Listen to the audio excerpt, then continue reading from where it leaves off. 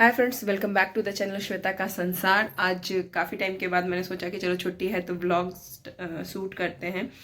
मकर संक्रांति है और मकर संक्रांति पे हमारे यहाँ चूड़ा दही का ही प्रोविज़न है, तो मैंने उसी को कंटिन्यू किया है। कुछ भी एक्स्ट्रा नहीं करना है। तो सब्जी बनाई है और दही जमा दी है। तो चूड़ा और दही, यानी कि चूड़ा होता है पोहा को बोला जाता है, दही और चीनी या फिर आप गुड़ के साथ खा सकते हैं। साथ में सब्जी कुछ भी नमकीन ले सकते हैं। तो गोभी, आलू और मटर की सब्जी ज़्यादातर बनती है क्योंकि वही ज़्यादातर इस मौसम में मिलती है, और काशी फल की। पर मुझे फास्ट रखना है, आज मंगलवार है, तो इसलिए काशी फल बच्चों को पसंद नहीं आता, वो नहीं खाते हैं।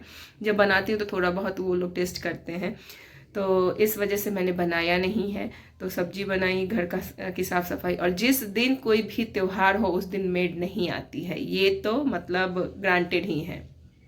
तो घर के सारे काम मैं और श्रेया ने मिलके किए हैं और सारा काम हो गया है।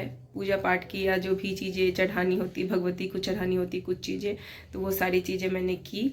और अभी श्रेया नहाने गई है, नहा के फिर हम लोग चलेंगे मंदिर में दर्शन करके आएंगे, फिर ये लोग चूड़ा दही खाएंगे। तो ये पूरा मैंने बता दिया है और अब दिखाती हूँ कि कैसे क्या हुई है चीज़ें। गुड़ और तिल होता है जो बच्चों को दिया जाता है, काला तिल ही इसमें रखा जाता है। छुट्टियों पे थोड़ा बहुत ध्यान मैं पूजा पाठ पे लगा देती हूँ क्योंकि अच्छा लगता है।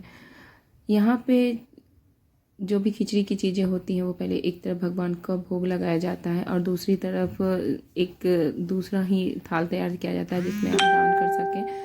तो घर में तो अपने हिसाब से जितने लोग हैं उतनी ही चीज़ें रखी जाती हैं, दान अपने हिसाब से आप जो भी कर सकते हैं वो सारी चीज़ें हैं।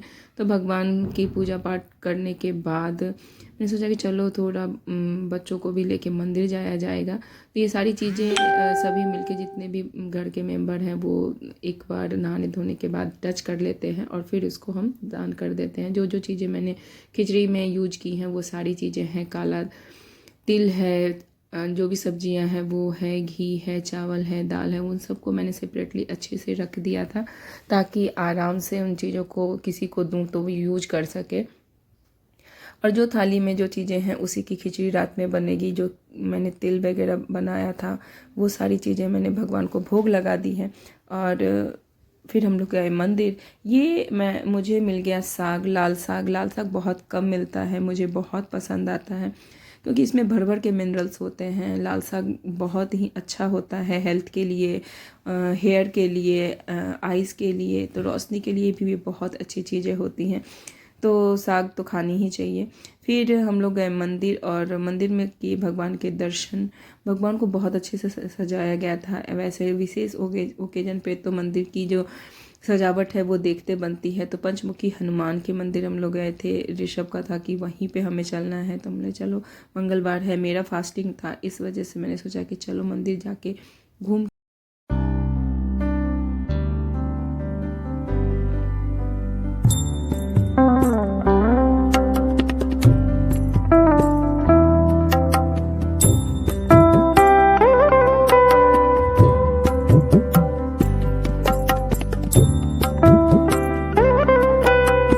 आते हैं।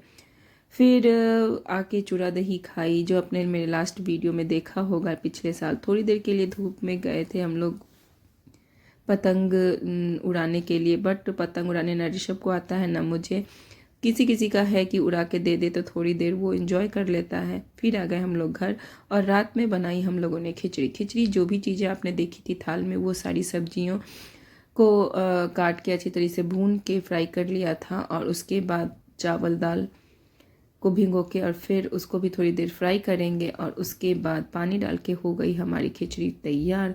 खिचड़ी आज की बहुत ही अच्छी बनती है और श्रेया ऐसा बोलती है कि भगवान को लगाया गया जो भोग होता है वो सच में बहुत ही स्वादिष्ट होता है। तो यकीन मानिए ऐसा ही है। आप नॉर्मल डे पे ये खिचड़ी बनाएं तो उतनी अच्छी नहीं बनती है जितनी कि आप मकर संक्रांति में बनाते हैं। भगवान को चढ़ाया हुआ ये अन्न इतना स्वादिष्ट बनता है भोजन कि मैं क्या बताऊं। फिलहाल मैंने अच्छी तरीके से खिचड़ी को फ्राई कर लिया है, सारी चीज़ें डाल के पानी डाल दिया है और मैं 2 सीटी लगा दूंगी और हमारी खिचड़ी रेडी हो जाएगी। इधर मैं पूरे दिन जो पानी पीती हूँ उसको रेडी कर रही हूँ। तो मैंने लिया है लेमन, और लेमन को काट के मैंने पानी में रख दिया है और थोड़ा सा स्क्वीज करके भी डाला है। ये चिया सीड डाल रही हूँ ताकि ये ओवरनाइट फूल जाए। ऐसे ओवरनाइट रखने की ज़रूरत नहीं है, 1-1.5 घंटे में भी ये आराम से फूल जाता है। पर मैं रात को ज़्यादा चीज़ें तैयार करके रख लेती हूँ ताकि मुझे सुबह में आसानी हो। और ये आधा लेमन मैंने यहाँ पे डाल दिया है और उसको स्क्वीज करके डाला है। और साथ ही साथ मैं स्क्वीज किया हुआ जो लेमन बच रहा है ना, वो भी छिलका मैं इसमें डाल दूँगी, क्योंकि छिलका भी डालने के लिए मुझे बोला गया है। तो यहाँ पे मैंने छिलके भी इसमें डाल दिए हैं। इस छिलके के वजह से थोड़ा सा पानी में जो है वो कड़वाहट आता है और कड़वा लगता है, पर हेल्थ के लिए अच्छा है, इसलिए इसको ज़रूर डाल दीजिएगा। मैंने इसमें डाल दिया है और देखिए कितने अच्छी तरीके से पूरा ये मिल गया है। ओवरनाइट ये रहेगा और पूरे दिन मैं यही पानी पीऊँगी।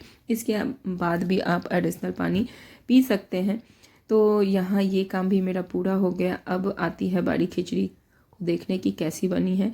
तो तैयार है हमारी खिचड़ी बन के पूरी तरीके से रेडी, और इसको मैं अच्छी तरीके से मिक्स कर लूँगी। थोड़ा सा मैंने ऊपर से कोरिएंडर ऐड कर दिया है और अच्छे तरीके से मिक्स करके और फिर मैं सर्व करूँगी गर्मा गर्म। ऋषभ बोलता है कि उसे खिचड़ी पसंद नहीं है, पर जब भी मैं बनाती हूँ वो बहुत ही प्रेम से खाता है। तो अब मुझे इसका टेंशन नहीं है कि उसको खिचड़ी पसंद नहीं है, बस वो बोलता है पर खाता बहुत ही प्रेम से है। तो यहाँ पे अब मैं रेडी करने जा रही हूँ सबकी थाली। तो प्लेट में की जगह पे सबने बोला कि मुझे बाउल में ही खाना है, तो हम तीनों ने रख लिया है अपने अपने खाने। लेकिन ऋषभ ने बोला कि मैं थोड़ी देर बाद खाऊंगा, तो ठीक है वो बाद में आएगा। मुझे भूख बहुत तेज़ लग रही थी, क्योंकि मुझे 7 साढ़े 7 बजे तक खाने की आदत हो गई हुई है। तो मैंने सोचा कि